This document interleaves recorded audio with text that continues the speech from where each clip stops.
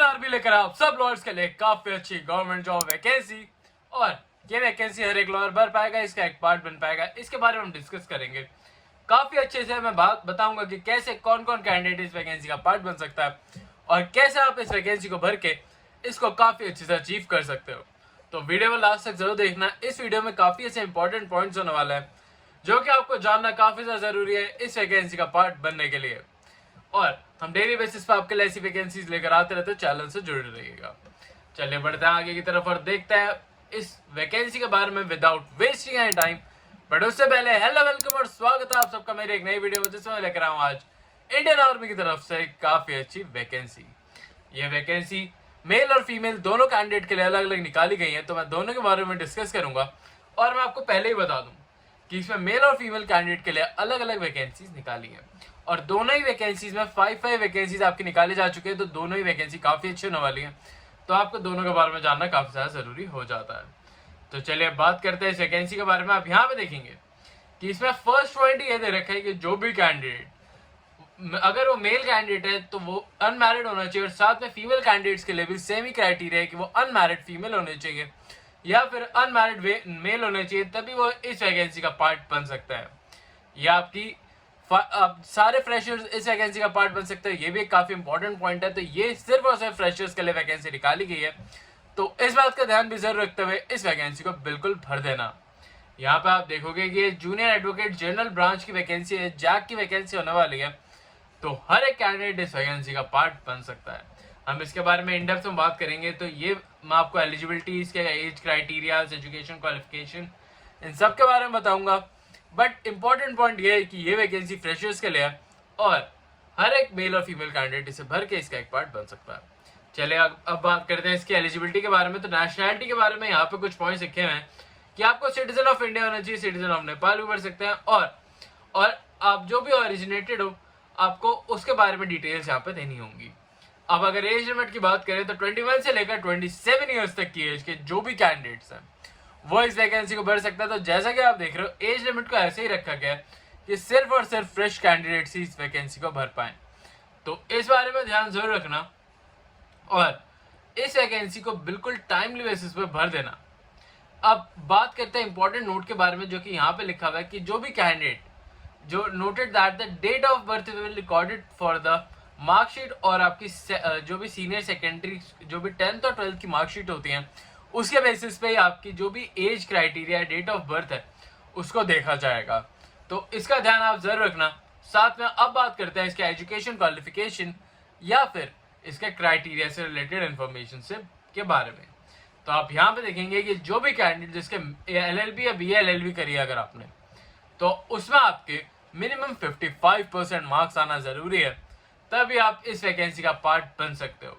साथ में अगर आपने क्लैट PG दे रखा है, जिसमें आपने 2025 का क्लैट PG अगर स्कोर कर रखा है mandatory for the all the candidates, तो आप इस वैकेंसी का पार्ट बन सकते हो। तो क्लैट PG मैं हमेशा आपको कहता हूँ कि अगर आप अभी फाइनल ईयर में हो या फिर अभी आप फर्स्ट ईयर आपने बिल्कुल खत्म कर दिया अपना, आपने BA-LLB कंप्लीट कर लिया, तो आपको क्लैट PG देना काफी ज्यादा इंपॉर्टेंट बन जाता है। तो उसको आप जरूर दिया करिए, क्योंकि ऐसी काफी सारी वैकेंसीज निकाली जाती हैं जो कि उसके बेसिस पर ही भरी जाए। तो यह आपके लिए काफी अच्छा प्लस पॉइंट बन सकता है। अब यहाँ पे आप देखेंगे कि यहाँ पे LLM और कैंडिडेट को भी इंक्लूड करा गया है कि LLM कैंडिडेट्स के लिए भी क्लैट PG देना काफी ज्यादा इंपॉर्टेंट बन जाता है। तो ये एक काफी इंपॉर्टेंट पॉइंट है, इसको काफी ध्यान रखिएगा। साथ में आप यहाँ पे देखेंगे कि एलिजिबिलिटी क्राइटेरिया में बस आपको यही कहा गया दूसरा पॉइंट कि आप जिस भी यूनिवर्सिटी से हो वह एक रिकॉग्नाइज यूनिवर्सिटी होना काफी ज्यादा जरूरी बन जाता है। तो ये आपके लिए काफी इंपॉर्टेंट पॉइंट्स हैं जो कि आपको नोट डाउन कर लेना चाहिए। बट आगे चल के कुछ और भी पॉइंट्स के बारे में हम डिस्कस करने वाले हैं। तो जहाँ पे आप देखेंगे कि ओनली कैंडिडेट जो भी LLB की डिग्री होल्ड कर रहे हैं, सिर्फ वही कैंडिडेट इस वैकेंसी को भर पाएंगे जिनके पास मार्कशीट है। मतलब कि फाइनल ईयर स्टूडेंट इस वैकेंसी को नहीं भर सकते, तो उनके लिए एक ड्रॉबैक है। पर जो भी अभी फ्रेशर्स हैं या फिर जिन्होंने अपने भी पास आउट करी है, वो इस वैकेंसी को बिल्कुल भर सकते हैं। साथ में आपने वैकेंसीज के बारे में, जैसे कि मैंने आपको बताया, मेल के लिए यहाँ पे 5 वैकेंसीज और फीमेल के लिए 5 वैकेंसीज निकाली गई हैं। यहाँ पे आपको मेल 5 दिख रही होंगी और फीमेल के लिए बिल्कुल सेपरेट एक अलग से ही इन्होंने पोस्ट बना रखी है, अगर मैं आगे चल के आपको वो भी दिखा दूंगा वीडियो में, या फिर बिल्कुल सेम ही वैकेंसीज होने वाली है, सेम क्राइटेरिया है उनका भी। पर इसमें आप ये से ध्यान रखिएगा कि इनमें अनमैरिड कैंडिडेट्स के लिए ये वैकेंसी निकाली गई है। अगर आप एक मैरिड कैंडिडेट हो तो ये आप इस वैकेंसी को नहीं भर सकते और इसका एक पार्ट नहीं बन पाओगे। अब आगे बढ़ते हैं और भी कुछ इंपॉर्टेंट पॉइंट्स है जिसके बारे में डिस्कस करना चाहता हूँ। बट उससे पहले जो भी हमारी वीडियो को पहली बार देख रहे हैं, जो भी कैंडिडेट्स है, जो भी, तो मैं उन्हें यही बताना चाहूँगा कि हमारे चैनल पे हम डेली बेसिस पे जो भी लीगल अपडेट, लीगल वैकेंसीज निकाली जाती है, हम उनको डिस्कस करते हैं और आपको बताने की कोशिश करते हैं, सो दैट आप उन वैकेंसीज को टाइमली बेसिस पे भर के उनका टाइमली बेसिस पे पार्ट बन पाओ। साथ में अगर आप बनना चाहते हो एक गवर्नमेंट जॉब का पार्ट, तो ये चैनल आपकी काफ़ी ज़्यादा हेल्प करता है। तो अभी मैं आपसे यही रिक्वेस्ट करूँगा कि आप इस चैनल को अभी सब्सक्राइब कर लें।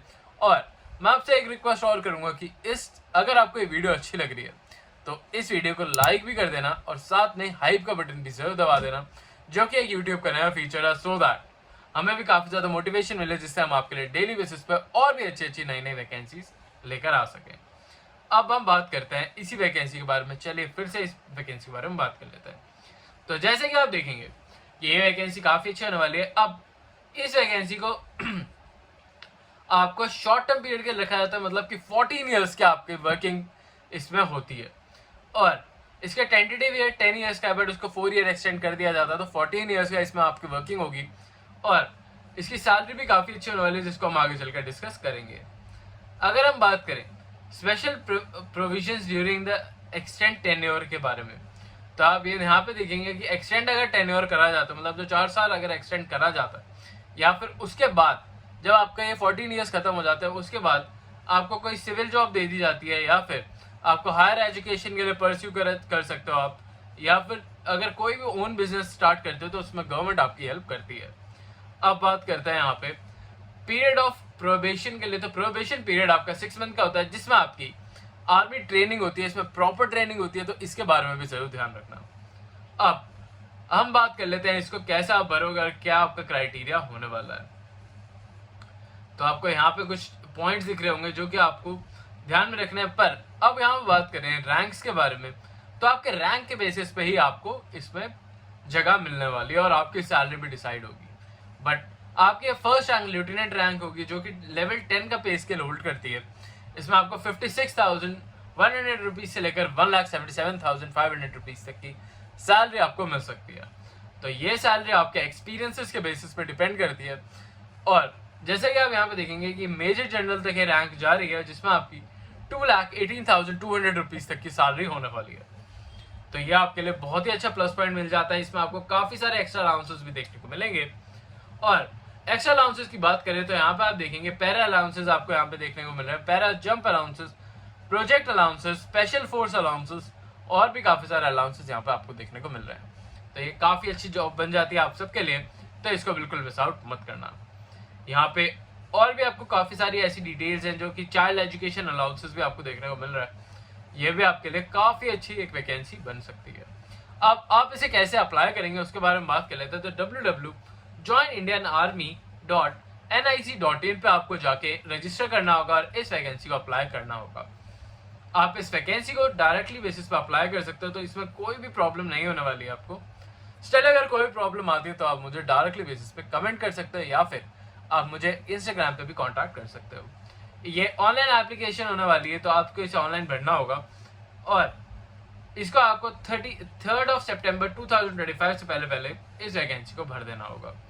इसमें आपको कोई भी एप्लीकेशन फीस के बारे में यहाँ पे डिटेल नहीं दे रखी है, बट अगर आप इस वैकेंसी को भरते हो और कोई भी एप्लीकेशन डिटेल के बारे में, एप्लीकेशन फीस के बारे में कोई भी डिटेल आपको पता होती है या मिलती है, तो आप मुझे कमेंट्स में जरूर बताना, सो दैट बाकी कैंडिडेट्स को भी इसके बारे में पता लग सके। आई होप आपको आज की वीडियो अच्छी लगे तो चैनल को लाइक सब्सक्राइब कर लेना, बेल आइकन को जरूर प्रेस आउट कर लेना, क्योंकि हम डेली बेसिस पे आपके लिए ऐसी वैकेंसीज लेकर आते रहते हैं। और इस वीडियो को लाइक भी जरूर कर देना, जिससे कि हमें काफ़ी ज़्यादा सपोर्ट मिलता है। तो अभी के लिए चलता हूँ, मिलता कल आपसे फिर से एक नई जॉब, नई वैकेंसी, नई अपॉर्चुनिटी के साथ। तब तक के लिए अगर आपको कोई प्रॉब्लम होती है तो कमेंट्स में जरूर बताना। अभी के लिए चलता हूँ, मिलता हूँ कल आपसे फिर से एक नई वैकेंसी में। तब तक के लिए